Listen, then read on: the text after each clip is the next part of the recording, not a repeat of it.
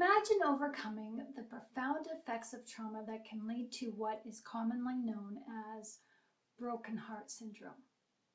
It's about giving yourself a chance to view life through the prism of God's grace and forgiveness. Explore in this video the path to healing those deep-seated wounds caused by trauma, and just watch the pain evolve into resilience and inner strength. Experience the transformation that enables you to reclaim your joy and vitality, unlocking a new chapter of empowerment and vitality. Are you seeking a path to rekindle your excitement in life? Well, then look no further, my friend, because I will reveal to you how you can transcend your pain and embrace freedom by tapping into the joy of the Lord, who is your strength. Join me today for about 30 minutes or less as we embark on a transformative journey into the spirit realm. Together, we will uncover the true purpose of trauma and learn how it no longer has a hold on you. You can take your power back. So don't miss out on this captivating exploration as we unlock healing to embrace divine grace in the face of trauma. Oh yeah. Emotional trauma is a profound spiritual wound. It is often inflicted by those who are grappling with their own deep emotional scars. The shock we experience from one person's actions reverberates within us, igniting a lifelong quest for meaning as we strive to comprehend the pain that we've endured. As highlighted in the previous video, untreated emotional shock can progress into what I call a spiritual degenerative disorder. And this gradually erodes the human spirit and gives rise to the debilitating condition known as broken heart syndrome. Now, this phase of decay is deeply felt by a solitary and desolate heart. These spiritual ramifications are often endured a lifetime if inner peace remains unattainable. Also in that video, we introduced comprehensive methods to guide you towards inner peace. It was through a quick exercise that you gained insight into the idea that trauma does not have to shadow your every step. This exercise demonstrated how you can reclaim control of your life by mastering your thoughts through mindful awareness. By embracing the simplicity of mindful presence, you discovered the path to achieving enduring tranquility. So, are you prepared to elevate your healing journey to the next level? If so, let's dive in. I'm excited to introduce to you a profound mindfulness breakthrough that grants you boundless power and authority over your body and mind and your soul. This breakthrough not only unleashes your limitless potential, but also dismantles the strongholds projected onto you by others, as others strive to tether you to their misery. Remember, misery loves company, and like-minded individuals naturally gravitate towards one another. So, seize control of your own life. Seize control of your own mind and let your thoughts soar towards your dreams, because it's time to take your goals sky high, my friend. Does this sound ambitious? Oh, absolutely it does. Nothing, nothing is beyond reach when you keep Jesus in the center of your life. Now, before I get ahead of myself here, let me just emphasize that trauma often consumes us with pain. Yeah, no, duh. But when our attention is fixated on that pain, it distracts us from the healing process. And when we neglect our healing, we miss out on the mindful awareness needed to cultivate inner peace. So, I urge you to recall the simple exercise I shared with you in the last video. It truly has the potential to be a game changer for you. And here's how. When you practice mindfulness, your awareness is solely focused on your present state in the here and now, firmly rooted in nothing but. In the state of presence, the past fades into insignificance. You're not dwelling on grievances, hindrances, hastily spoken words, or mistakes or wrongs that you or someone else made. No, to fully embrace your current state, you must release the grip of the pain of the past. You must lay it down, refusing to dwell on it any longer, because you literally cannot be mindful of your present state and be mindfully aware of your past at the same time. It's impossible. It's akin to two sides occupying the same space. They can't coexist, just like the two sides of a coin. Here's the thing. By you consciously choosing one state, you naturally dismiss the other. According to spiritual principles, being mindfully aware of your peace-filled state means you're not dwelling on conflict.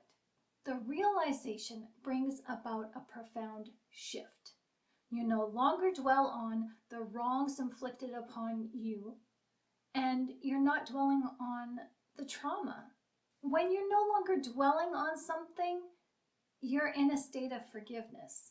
Now, this may not make sense to you personally, but it may resonate with you, because this concept mirrors how God forgives and forgets our transgressions. He remembers them no more, my friends. This is a powerful reminder that God, our Father, operates in the here and now. His state of mindfulness is in a presence that is focused entirely on the current moment. Consider this just for a minute. God employs this singular affirmation that tethers him to the present. He is referenced as this current state as being the all-powerful I am. Now, in Hebrew, this phrase is spoken a little bit differently. It's I am all that I am.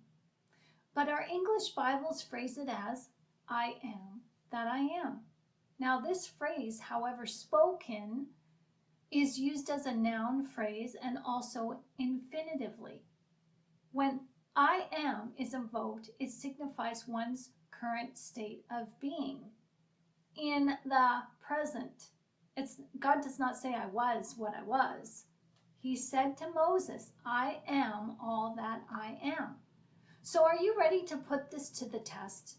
Let's begin. Just take a deep breath, close your eyes, and place your hand on your heart, and gently ponder this question. What in the present moment am I lacking right now? You're gonna get the same answer you did last time. Nothing. Not a thing. Right now, in this moment, you are complete, whether it's in your surroundings or people that are surrounding you. In this moment, you are finding contentment and peace in the here and now. Now, let's reflect on this for a minute, because for me, this is an incredible sensation. As we lack nothing and we want for nothing, we're all in the same space together. There's no competition. There's no judgment. We're all equally the same in the here and now. Isn't that unique? I think that's really inviting. So, are you ready to have your mind just expanded a little bit more? Okay. When you cultivate mindful awareness of your presence in the present moment, you are experiencing just a glimpse, just a little glimpse, a hint of God's state of unconditional love. God's presence is synonymous with love. It identifies his presence, and the state of love is naturally inclined towards forgiveness. Now, as we immerse ourselves in this moment, when you asked yourself, what do I need in this present moment? We're aligning with the state of being that is love, becoming intertwined with its presence, with its essence. In the state of mindful presence, forgiveness becomes inherent because we cannot exist outside the love that envelops us when we are fully aware of our current state in the here and now. So I'm telling you, my friends, love is in the here and now. Love is not in the past, wrongs, or trauma. Here and now is where love is at. And when you seek after mindful awareness, you are present in the moment. You embody the essence of letting go and letting God as you release the burdens of your past and transcend time, aligning your will with God's will.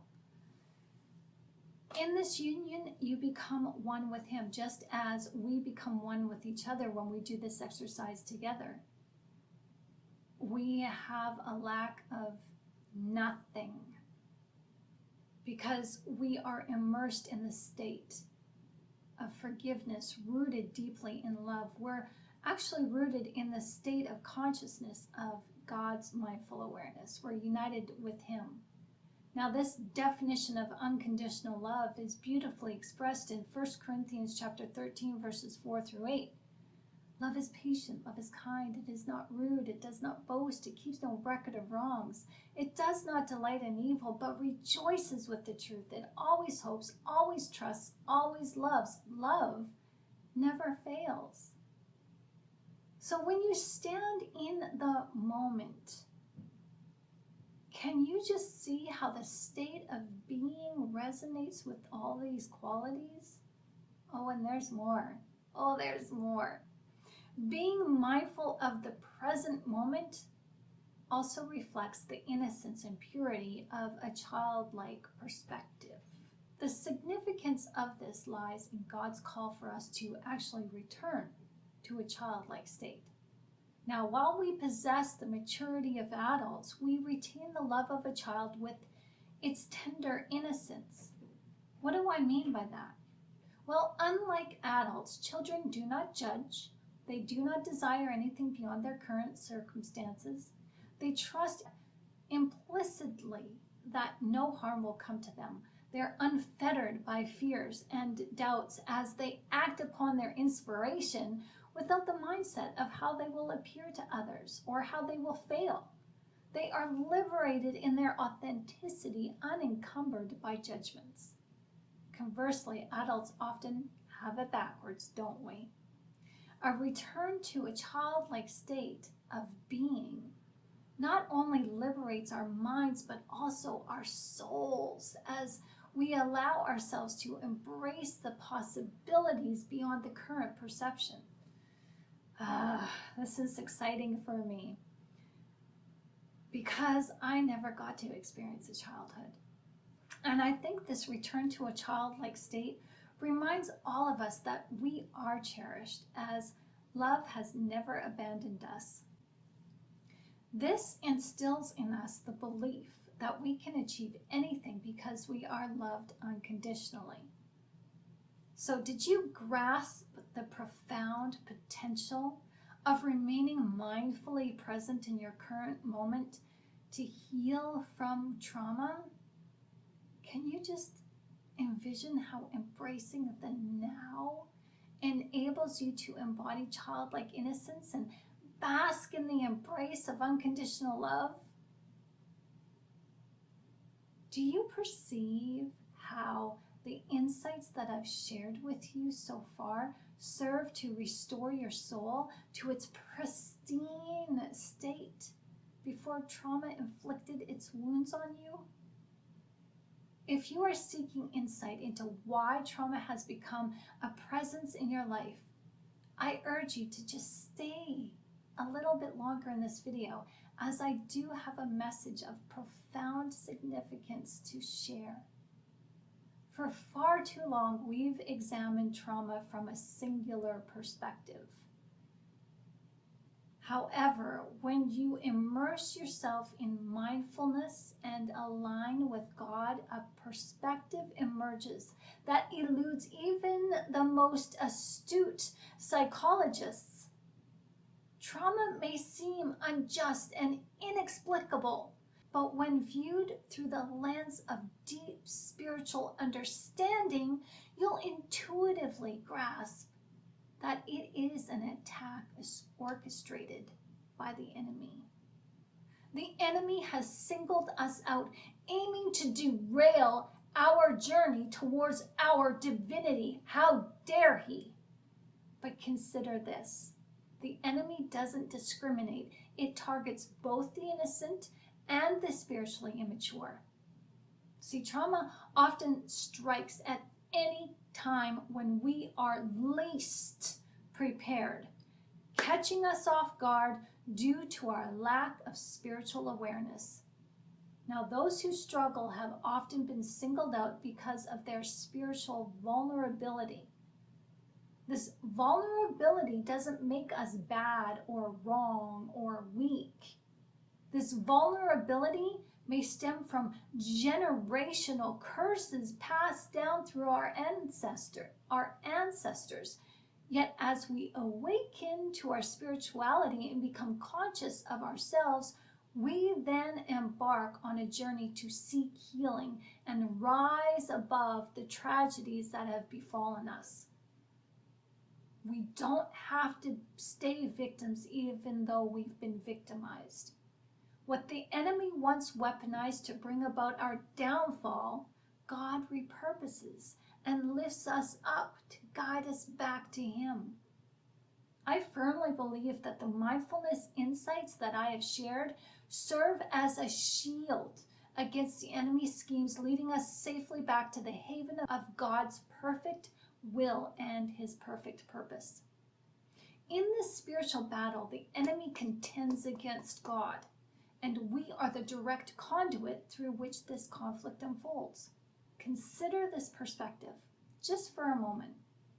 In the garden, the enemy waged war against God, and he was cast down to earth to dwell among humanity. That we can all agree to, right? Well, understanding narcissism kind of sheds a light on the enemy's behavior, as it is marked by an inability to take responsibility and a tendency to project blame on the innocent. While God's placement of a curse mentioned in Genesis at the fall of mankind, this curse upon humanity decreed enmity between the children of the enemy and the offspring of Adam and Eve. And this may indeed shed light on the prevalence of trauma in our lives. This understanding delves deeper than we may have previously comprehended. Mindfulness redirects and reconnects us with our divinity and the childlike state of unconditional love. It stands to reason that the enemy targets our spiritual innocence and our infantile stages of life because, as children, that's when we are most closest to God, as we're not judging, we're not fearful, we're not thinking about the past or the future. We're just focused on the present in the here and now. Tragedy ruptures our unity with God, causing a split in our consciousness as we become individuated in spirituality. Now, this duality within our hearts is exasperated by the power of fear, which is the domain of the enemy. And this is a force that can scorch the human heart, searing the mind if it goes left unchecked. Through influential figures, such as those in positions of power, such as caregivers, teachers, clergy, the enemy inflicts trauma upon us through these people with the aim of projecting his own emotions through them. These emotions are anger, guilt, and shame. and he's projecting these things onto us to get to God. However, love being unconditional cannot experience such negative emotions. And God being unconditional love himself, he cannot change, he cannot acknowledge what he is not. He can't embody those emotions. He cannot be associated with the deeds of darkness or absorb emotional tyranny. So the split in our consciousness leaves us separated, isolated, and vulnerable to the enemy's machinations. Our fear sustains the enemy's influence over our lives, but his victory is short-lived as God ultimately triumphs. Ooh, yeah. The enemy's targeting of children who epitomize innocence and closeness to God underscores the assault on our spiritual purity. Trauma instills fear and drives a wedge between us and God, leaving us bound in the past, engulfed in fear, and unable to reflect on God's likeness. Despite the enemy's attempts to obscure that connection to God, the truth remains: God wins, as God reclaims our hearts and draws us back to him with simplicity and understanding. Now, the enemy seeks to punish God through us, failing to realize that our childlike innocence will be restored to us once again. Despite the enemy's effort to isolate us from love and unity, understanding and confronting our fears is what enables us to extend love and support to others and ourselves by relinquishing judgment and embracing love in the present moment. We align ourselves with the essence of God's unconditional love. So what I'm saying here is that when we stand in mindful awareness, we are in the current state of unconditional love that keeps no record of wrongs. You can't think about the past and stand in unconditional love at the same time. It's the enemy that is rooted in our past. The enemy has nothing to do with our present, here and now. So as we come to the end of this exploration into the intricacies of trauma and spiritual battles, let's just ground ourselves in the unwavering love and grace of God, inviting us back to our innate divinity. Despite the enemy's persistent efforts to instill discord and fear, let's hold on to our faith and reclaim the purity of our spiritual essence. Throughout this video, I hoped to illustrate how mindfulness serves as a pathway to reclaiming our inherent rights. By embracing love, grace, and deep understanding, we can transcend the clutches of trauma and realign to the divine purpose of faith in God. I encourage you to embrace the liberating truth that God's grace prevails over every single challenge we encounter. This journey we're on is one of restoration, leading us towards the state of wholeness, unity, and eternal peace. A peace that profoundly heals our souls. If you've liked this video, please give it a thumbs up and subscribe to this channel if you haven't done so already. And if you need to talk, my friends, or want help on your journey of faith, please see the links in the description of this video, as they are also pinned in the comment section. Check them out. And I look forward to our time together in the next video. Blessings to you and yours. So now, my friend, go make your